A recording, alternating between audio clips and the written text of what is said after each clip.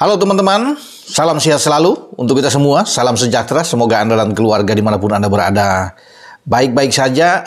Dengan saya Bung Ropan dan kita akan mereview hasil-hasil pertandingan yang berlangsung di babak 16 besar UCL atau Liga Champions yang dimainkan pada dini hari tadi.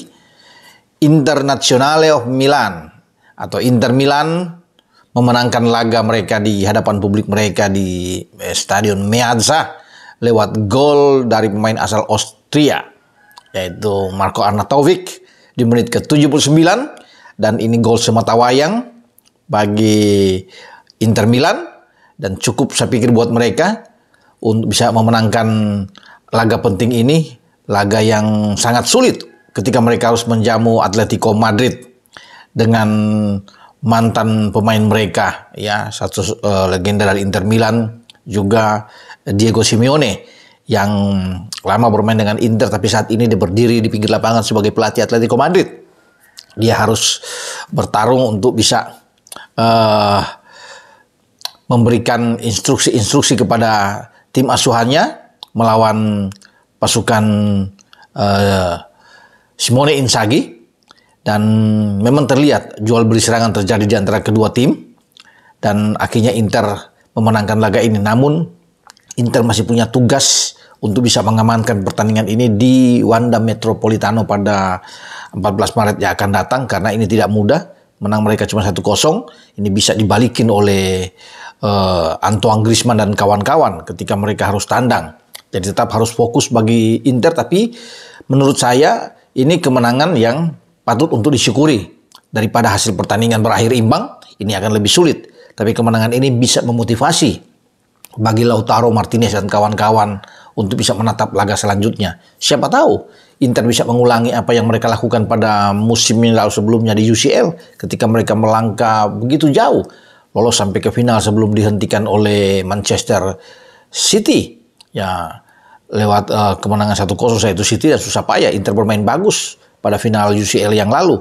Nah, mereka juga ingin melakukan hal yang sama pada musim ini. Sudah ada di 16 besar, sudah memenangkan laga pertama di leg pertama ini sebelum mereka main di leg kedua di kandang Atletico Madrid.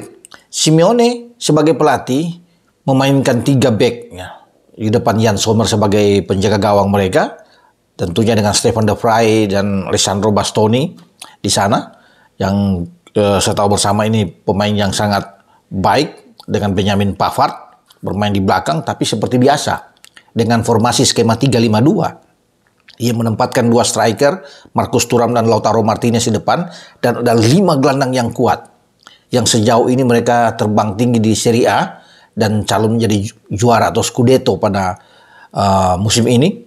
Dengan kita tahu mereka masih punya Barella, ada Hakan Çalhanoğlu di sana. Kemudian mereka masih punya Matteo Darmian yang bisa bergantian dengan Denzel Dumfries. Ada juga Di Marco bisa bermain, Mkhitaryan. Dan justru 5 gelandang ini yang ditampilkan pertama oleh Simeone untuk menghadapi gelandang-gelandang terbaik dari Atletico Madrid. Karena Atletico juga memiliki pemain-pemain tengah yang bagus syarat dengan pengalaman. Rodrigo de Paul yang membawa Argentina juara dunia. Kemudian dibantu oleh Koke. Ada Saul di sana, ada Molina yang bermain, ada Lino. Semua ini kan gelandang-gelandang bagus, ya, untuk bisa mendukung Llorente di depan dan Antoine Griezmann. Ini 2 striker juga yang ditempatkan oleh Diego Simeone dalam pertandingan melawan Inter. Sementara mereka punya Hermoso di belakang, ada Jimenez juga yang bermain sangat baik di depan Oblak.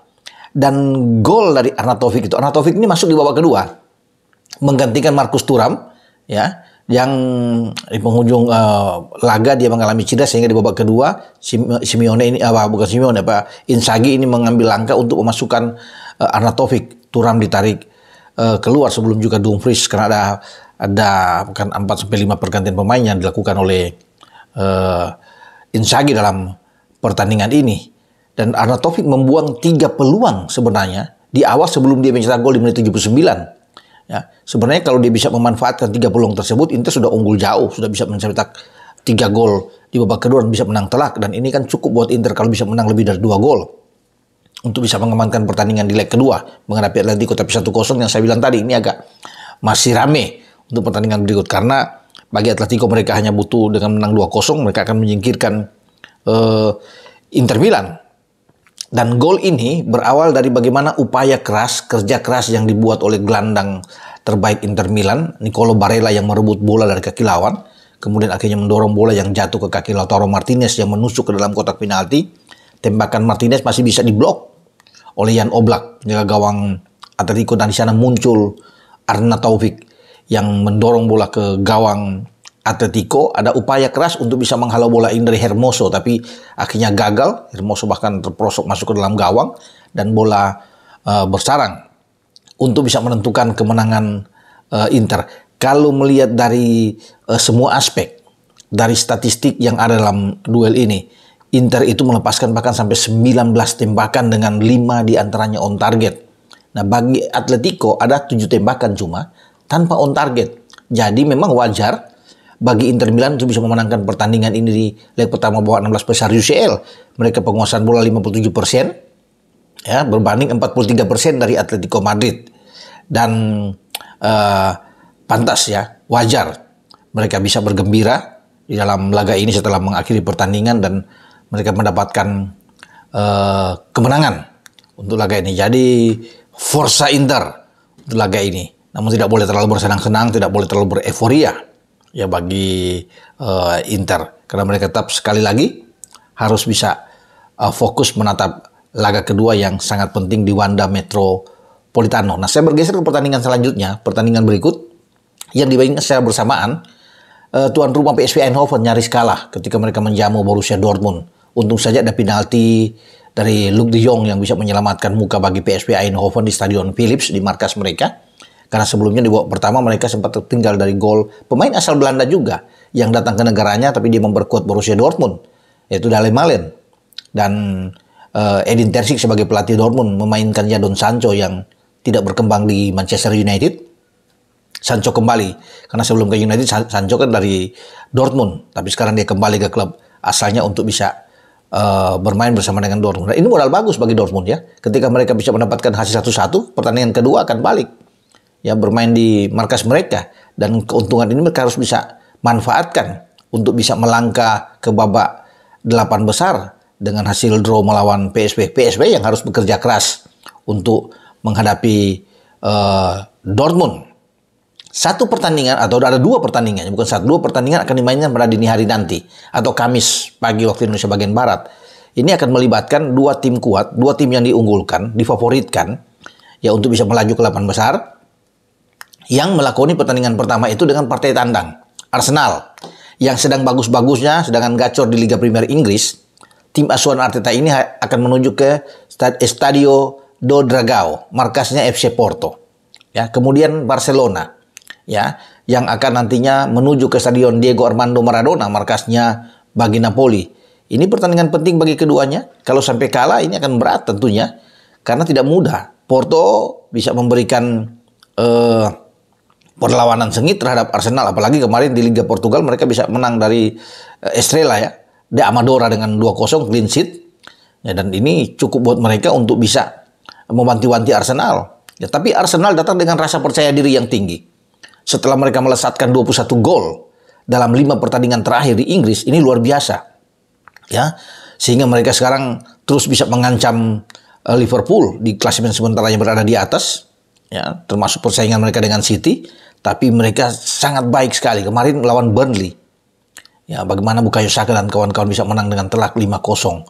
Dan ini juga mereka sudah mengirim pesan kepada Porto, harus berhati-hati untuk bisa menjamu mereka. Karena Arsenal akan bermain, saya pikir, dengan tingkat permainan terbaik mereka, ya, dengan operan pendek yang sangat cepat. Kemudian mereka punya penyerang-penyerang yang bagus, ya, bermain dengan 4-3-3, pola yang akan dikembangkan oleh Arteta. Ini bisa menyulitkan Porto. Apalagi Porto tidak akan mungkin masih meragukan menampilkan pemain asal Iran, Mehdi Taremi, yang mungkin akan duduk di bangku cadangan, tapi mereka masih punya Conceição dan juga Evan Nilsson yang juga bisa menjadi bahaya buat pertahanan Gabriel dan Saliba yang akan dimainkan Arteta. Mereka akan tetap bermain dengan penjaga gawang David Raya. Ben White akan ada di kanan, Kiwior ada di kiri, dan Saliba bersama Gabriel akan bermain sebagai 2 back di sentral pertahanan, back tengah mereka. Declan Rice akan memimpin di tengah bersama dengan kapten mereka, Martin Odegaard, dibantu oleh Kai Havertz. Ini 3 gelandang yang sangat tinggi sekali permainan mereka, sangat bagus. Dan juga nantinya mereka punya Bukayo Saka di kanan, ada Martinelli di kiri, dan Leandro Trossard yang kemarin ikut membuat gol melawan Burnley, ya. Dengan starting 11 seperti ini memang mengerikan, menakutkan karena semua bisa mencetak gol. Bukayo Saka, Trossard, Martinelli depan, apalagi mereka punya gelandang-gelandang yang bagus sekali dan juga punya insting kuat dalam hal mencetak gol. Dengan ada Kai Havertz, sana ada Declan Rice yang dibantu oleh kapten kesebelasan mereka yang bagus, yang visi bermain bola sangat baik, dengan Odegaard. Ya, pemain belakang juga mereka sangat tangguh di dalam bertahan. Jadi ini pertandingan yang seru yang perlu kita tunggu untuk kita saksikan. Sama juga dengan misi bagaimana Barcelona untuk menghadapi Napoli. Tidak mudah bagi Barcelona untuk bisa mendapatkan kemenangan. Walaupun Napoli sedang terpuruk di Serie A, tapi Napoli tentunya bermain di kandang tidak ingin malu. Dan mereka ingin mendapatkan hasil yang baik ya untuk bisa menyelesaikan laga pertama di saat mereka menjamu tim kuat seperti Barcelona. Kita akan nantikan bersama. Oke, dengan saya Bung Ropan, setelah mereview hasil pertandingan, nanti kita lihat dulu. Ya, sebentar saya penasaran dengan gol yang dibuat oleh Arnautovic ketika Inter mengalahkan Atletico Madrid di Stadion Giuseppe Meazza. Ini dia. Ya. Dan itu gol yang dilakukan setelah Martinez melepaskan tembakan, bola lepas, muntah, dan tangkapan Oblak, dan bola rebound ini dimanfaatkan oleh Arnautovic untuk mencetak gol ketika dia melepaskan dengan kaki kiri dia yang tidak mampu dibuang oleh pemain belakang Hermoso. Oke, dengan saya Bung Ropan. Ciao.